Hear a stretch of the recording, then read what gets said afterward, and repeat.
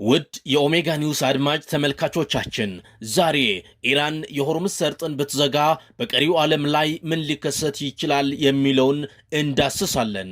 ከኛ ጋር እንድትዘልቁ በትህትና እንጠይቃለን። እስራኤልና አሜሪካ በኢራን ላይ የከፈቱት ጥቃት ተከትሎ ኢራን የዓለም ወሳኝ የነዳጅ ዘይት መተላለፊያ የሆነውን የሆርሙዝ የባህር ሰርጥን ትዘጋለች የሚል ስጋት ተፈጥሯል። የምድራችን 1/5 ድፍድፍ ነዳጅ ዘይት በዚህ 40 ኪሎ ሜትር ብቻ ስፋት ባለው በጣም ጠባብ በሆነው ሰርጥ በኩል ነው የሚያልፈው። ጠቅላይ መሪዋን ጨምሮ በርካታ ባለስልጣኖቿ የተገደሉባት ኢራን ጠላት በምትላቸው ሀገራት ላይ የሚሳኤልና የድሮን ጥቃት እየፈጸመች ሲሆን ተጽዕኖዋን ለማስፋት የባህር ሰርጡን ልትዘጋ ትችላለች እየተባለ ይገኛል። የቀድሞ የዩናይትድ ኪንግደም የስለላ ድርጅት IMI6 ኃላፊ ሰር አሌክስ ያውንገር ለቢቢሲ እንደተናገሩት የከፋው ሁኔታ ሰርጡ ሲዘጋ ነው ብለዋል። ሰርጡን መዝጋት በነዳጅ ዋጋ ላይ የሚኖረውን ተጽዕኖ ግምት ውስጥ በማስገባት ከፍተኛ የኢኮኖሚ ተግዳሮት እንደሚሆን ግልጽ ነው ይላሉ። በሆርሙዝ የባህር ሰርጥ ምን ያህል ነዳጅ ያልፋል? የአሜሪካ የኢነርጂ መረጃ አስተዳደር EIA በ2023 የመጀመሪያ አጋማሽ በቀን 20 ሚሊዮን በርሜል ነዳጅ እንዳለፈ ይገምታል። ይህም በዓመት ወደ $600 ቢሊዮን የሚገመት የነዳጅ ንግድ በባህሩ መስመር ላይ ይተላለፋል ማለት ነው። በባህር ሰርጡ ላይ የሚከሰት ማንኛውም አይነት መስተጓጎል በዓለም አቀፍ ደረጃ የነዳጅ አቅርቦት ላይ ከፍተኛ መዘግየትን ሊያስከትል ይችላል። ይህም ወዲያውኑ በዓለም ዙሪያ የዋጋ ንረት እንዲፈጠር ያደርጋል ይላሉ። ነገር ግን ተንታኞች ግጭቱ እየተባባሰ የሚሄድና የሚራዘም ከሆነ የበለጠ ከባድ መዘዝ ይኖረዋል ሲሉ አስጠንቅቀዋል። ይህ ከባሕረ ሰላጤው ሀገራት በሚገባ የነዳጅ ዘይት ላይ ጥገኛ በሆኑት ዩናይትድ ስቴትስን ጨምሮ በሌሎችም ሀገራት ላይ ከፍተኛ ጫና ሊኖረው ይችላል ተብሏል። የሆርሙዝ ሰርጥ ምን ያህል ጠባብ ነው? የሆርሙዝ ሰርጥ በኢራንና በኦማን መካከል የሚገኝ መተላለፊያ ወሽመጥ ነው። መግቢያውና መውጫው 50 ኪሎ ሜትር ስፋት ያለው ሲሆን በመሃል ላይ ደግሞ በጣም ጠባብ የሆነው ቦታ 40 ኪሎ ሜትር ብቻ ነው። ሰርጡ በማዕከላዊ ክፍል ብቻ ትላልቅ መርከቦች ለማሳለፍ የሚሆን ጥልቀት አለው። የባህር አሳሾች መግቢያና መውጫ ለትልልቅ መርከቦች ደህንነቱ የተጠበቀ መሆኑን ያረጋገጡ ሲሆን በመካከልም ክብደት ያለውን ነዳጅ ጭነው ለሚጓዙ ምቹ መሆኑን ይገልጻሉ። እነዚህ ግዙፍ መርከቦች ወደ 10 ኪሎ ሜትር ስፋት ባለው የሰርጡ ክፍል ላይ መቅዘፍ ይኖርባቸዋል። ነዳጅ ጫኝ መርከቦች በፋርስ ባህረ ሰላጤ ሲያልፉ በኢራንና በአረብ ሀገራት መካከል አወዛጋቢ በሆኑት የቱም ደሴቶች አቅራቢያ ያልፋሉ። በሰርጡ ላይ የሚተላለፉ የንግድ መርከቦችን የሚያስተጓጉሉ ካሉ ወታደራዊ እርምጃ ከግምት እንደሚገባ ባለሙያዎች ይናገራሉ። ይህ ደግሞ በአውሮፓውያኑ 1980 እስከ 1988 ድረስ በተካሄደው የኢራንና የኢራቅ ጦርነት ወቅት ተከስተዋል። ተንታኞች እንደሚሉት ለኢራን የሆርሙዝ ባህር ሰርጥን መዝጋት እንደ መከላከያ ኃይል በመጠቀም ልክ የኒውክሌር ጦር መሳሪያ ከመያዝ ጋር ተመሳሳይ ነው። ዓለም አቀፉ ማህበረሰብ የኢራንን ወታደራዊ የኒውክሌር መርሃ ግብር ለረጅም ጊዜ ሲቃወም እንደነበረው ሁሉ ታላላቅ አገራት ቴህራን ያላትን ስትራቴጂካዊ አቀማመጥ ተጠቅማ የዓለምን የኃይል አቅርቦት እንድታንቅ እንደማይፈቅዱ ደጋግመው ሲገልጹ ተሰምቷል። ብዙውን ጊዜ ኢራን የባህር ሰርጡን ለጊዜው ልትዘጋው እንደምትችል ባለሙያዎች ይተነብያሉ። ነገር ግን ብዙዎች የዩናይትድ ስቴትስ እና አጋሮቿ ወታደራዊ መንገዶችን በመጠቀም የባህር መስመር ፍሰቱን በፍጥነት ወደ ነበረበት ሊመልሱት እንደሚችሉ እርግጠኞች ናቸው። ኢራን የሆርሙዝ ሰርጥን እንዴት ልትዘጋው ትችላለች የሚለውን ስንዳስስ በአውሮፓውያኑ 2012 የአሜሪካ ኮንግረስ የምርምር አገልግሎት ባደረገው ጥናት መሰረት ኢራን ሰርጡን ለመዝጋት አዝጋሚ አካሄድን ልትከተል ትችላለች ይላል። ይሆናሉ ተብለው የተዘረዘሩት እርምጃዎች የሚከተሉትን ያካትታሉ። አንደኛ፣ ጥሰት የሚያስከትለውን መዘዝ በግልጽ ሳይገልጽ በሆርሙዝ የባህር ሰርጥ መንቀሳቀስን ማገድ። ሁለተኛ፣ በሰርጡ የሚያቋርጡ መርከቦች ሊፈተሹ ወይም ሊያዙ እንደሚችሉ ማወጅ። ሶስተኛ፣ መርከቦች ላይ የማስጠንቀቂያ ተኩስ መክፈት። አራተኛ፣ የተወሰኑ መርከቦችን በወታደራዊ ኃይል ኢላማ ማድረግ። አምስተኛ፣ በባህር ሰርጡና በፋርስ ባህረ ሰላጤ ውስጥ የባህር ውስጥ ፈንጂዎችን ማጥመድ። ስድስተኛ፣ የንግድና ወታደራዊ መርከቦችን ኢላማ ለማድረግ ሰርጓጅ መርከቦችንና ሚሳኤሎችን መጠቀም። በኢራንና ኢራቅ ጦርነት ወቅት ኢራን የነዳጅ ጫኝ መርከቦች ላይ ሚሳይሎችን የተጠቀመች ሲሆን በባህር ሰላጤው ላይ የባህር ውስጥ ፈንጂዎችንም አጥምዳለች። ከእነዚህ ፈንጂዎች መካከል አንዱ ዩኤስኤስ ሳሙኤል ቢ ሮበርትሰን የተባለውን መርከብ በመመታቱ አሜሪካ በምላሹ ወታደራዊ እርምጃ ወስዳለች። ኢራን የሆርሙዝ ሰርጥን ሙሉ በሙሉ መዝጋት ሳትችል የቀረች ቢሆንም የመርከብ ኢንሹራንስ ክፍያን በከፍተኛ ደረጃ እንዲጨምር ምክንያት ሆኗል።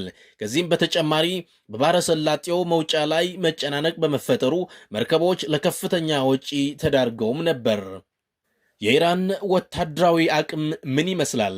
የአሜሪካ ባለስልጣናት በኢራን በኩል ስጋት ብለው ከሚጠቅሷቸው ወታደራዊ ተቋማት መካከል አንዱ የኢራን ባህር ኃይል ነው። ባህር ኃይሉ በፋርስ ባህረ ሰላጤና በሆርሙዝ ሰርጥ ላይ ያለው የጎላ ሚና ከበላይ መሪዎችን መመሪያ ተከትሎ በሰርጡ ላይ አስፈላጊውን እርምጃ የመውሰድ አቅም አለው። የኢራን መሪዎችም ባህር ኃይሉ በፋርስ ባህረ ሰላጤና በአካባቢው የእስላማዊ ሪፐብሊክ በጣም ወሳኝና አስተማማኝ የመከላከያ ኃይል እንደሆነ በኩራት ይናገራሉ።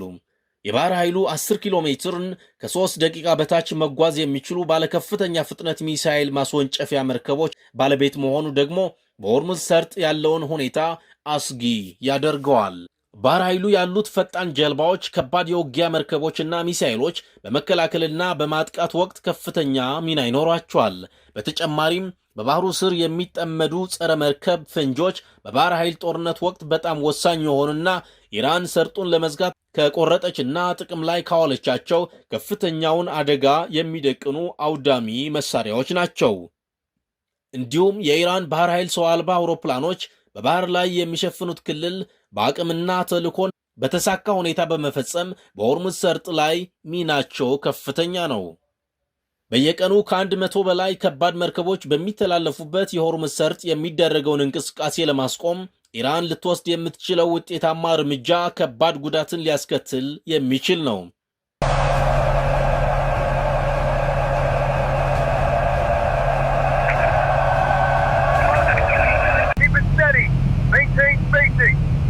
Eyes on the roof line. Clear the intersection. Solid copy. Bravo 6. ይህም ፈጣን ጥቃት የሚያደርሱ ጀልባዎችንና የባህር ሰርጓጅ መርከቦችን በመጠቀም ፈንጂዎችን በማጥመድ እንደሆነም ባለሙያዎች ይተነብያሉ። የኢራን መደበኛ ባህር ኃይልና የእስላማዊ አብዮታዊ ዘብ የባህር ኃይል በሌላ ሀገራት የጦርና የንግድ መርከቦች ላይ ጥቃት ሊሰነዝሩ ይችላሉ። ሆኖም ኢራን ትላልቅ ወታደራዊ መርከቦች የምታሰማራ ከሆነ በቀላሉ የእስራኤል ወይም የአሜሪካ የአየር ጥቃቶች ኢላማ ሊሆኑ ይችላሉ። የኢራን ፈጣን ጀልባዎች ብዙውን ጊዜ ጸረ መርከብ ሚሳይሎች የታጠቁ ሲሆን አገሪቱ ከፊል ሰርጓጅ መርከቦችንና ሰርጓጅ መርከቦችንም ትጠቀማለች። የሳተላይት ምስሎችን የኢራን ወታደራዊ መርከቦች በአገሪቱ ደቡባዊ ባህር ጠረፍ አካባቢ እንቅስቃሴ እንደሚያደርጉ ያሳያል። ሁኔታዎች በዚህ እየተካረሩ ከሄዱ የበለጠ የሚጎዱት ሀገራት የትኞቹ ናቸው? ቮርቴክስ የተሰኘው ድርጅት ይፋ ያደረገው ጥናት እንደሚያመለክተው ሳዑዲ አረቢያ በቀን 6 ሚሊዮን በርሚል ድፍድፍ ነዳጅ ዘይት በሆርሙዝ ባህር ሰርጥ በኩል ወደ ውጭ ትልካለች። ይህም ከየትኛውም የአካባቢው ሀገር ይበልጣል። ቻይና፣ ህንድ፣ ጃፓን እና ደቡብ ኮሪያ በሆርሙዝ ሰርጥ በኩል የሚያልፍ ድፍድፍ ነዳጅ ዘይት ከሚያስገቡት መካከል ግንባር ቀደሞቹ ናቸው። የአሜሪካ የኤነርጂ መረጃ አስተዳደር በ2022 ወደ 82 በመቶ የሚጠጋ ድፍድፍ ነዳጅ ዘይት እና ሌሎች የተፈጥሮ ሀብቶች በባህር ሰርጡ አልፈው ወደ እስያ ሀገራት ተጓጉዘዋል ብለዋል። የዜና ዘገባዎች እንደሚያመለክቱት የደቡብ ኮሪያን 60 በመቶ ያህል የነዳጅ ዘይት አቅርቦት በሆርሙዝ ባህር ሰርጥ በኩል የሚያልፍ ነው። አሜሪካም በየቀኑ ወደ 700 ሺህ በርሚል ድፍድፍ ነዳጅ ዘይት እና ሌሎች ማዕድናትን በባህር ሰርጡ በኩል ታጓጉዛለች። ይህም በግምት በጠቅላላው ከምታስገባው ነዳጅ ዘይት 11 በመቶ ሲሆን ፍጆታዋ ደግሞ 3 በመቶ ይሆናል። በባህር ሰርጡ በኩል የሚጓጓዘው የአውሮፓ ሀገራት ነዳጅ ዘይት ድርሻ በቀን ከ1 ቢሊዮን በርሚል ያነሰ ነው። ከዚህ አንጻር ሲታይ ሆርሙዝ የባህር ሰርጥ ቢዘጋ በዋናነት የሚጎዱት ከአሜሪካና አውሮፓ ሀገራት ይልቅ የአረብና የእስያ ሀገራት ናቸው። በርካታ የእስያ ሀገራት ከኢራን ጋር ጥሩ ወይም የቅርብ ሊባል የሚችል ግንኙነት አላቸው። በዚህ ጉዳይ ላይ የቻይና ተጽዕኖ ምን ሊሆን ይችላል የሚለውን ሐሳብ ስናይ ቻይና በሆርሙዝ ባህር ሰርጥ ከሚያልፍ የነዳጅ ዘይት ተጠቃሚ ከሆኑ ሀገራት መካከል አንዷ ነች። ከፍተኛ መጠን ያለውን የነዳጅ ዘይት ኢራን ለቻይና ከዓለም የገበያ ዋጋ በታች ትሸጥላታለች። ይህም በአሜሪካ ማዕቀቦች የተሽመደመደውን ምጣኔ ሀብቷን ለማገዝ ረድቷታል። ቤጂንግ ዋነኛ የኢራን ነዳጅ ዘይት ተጠቃሚ እንደመሆኗ መጠን የነዳጅ ዋጋ መጨመርን ወይም የመርከብ መስመሮች መቋረጥን አትቀበልም። ቻይና የእነዚህን ወሳኝ መስመር መዘጋትን ለመከላከል ሙሉ ዲፕሎማሲያዊ አቅሟን እንደምትጠቀም ይጠበቃል። የኢነርጂ አማካሪ የሆኑት አናስ አልሐጂ ለሲኤንቢሲ እንደተናገሩት የሆርሙዝ ባህር ሰርጥ መዘጋት ከጠላቶቿ የበለጠ የኢራን አጋሮቹን ይጎዳል። መጀመሪያ ራሳቸውን ኢራናውያንን የሚጎዳ ነገር ማድረግ አይፈልጉም በማለት ኢራን መተላለፊያውን አትዘጋም የሚል እምነት እንዳላቸው ገልጿል።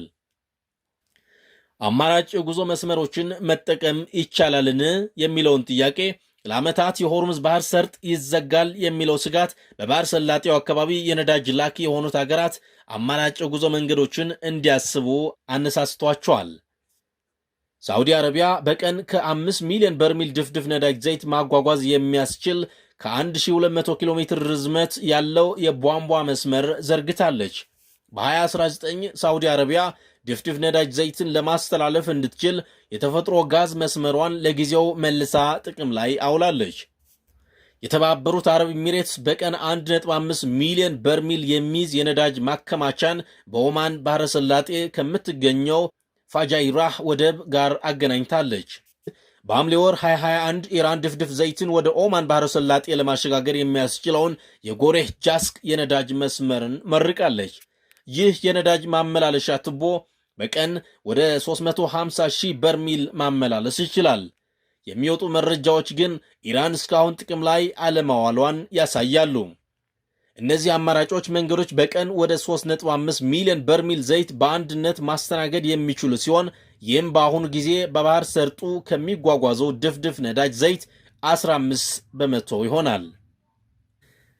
ውድ ተመልካቾቻችን ለዛሬ ያዘጋጀነውን ፕሮግራም እዚህ ላይ ያበቃል። ከእኛ ጋር ስለነበራችሁ እያመሰገን ፕሮግራማችንን ከወደዳችሁ ሼር፣ ላይክ እና ሳብስክራይብ በማድረግ ከእኛ ጋር እንድትቀጥሉ እንጠይቃለን። ሰላም።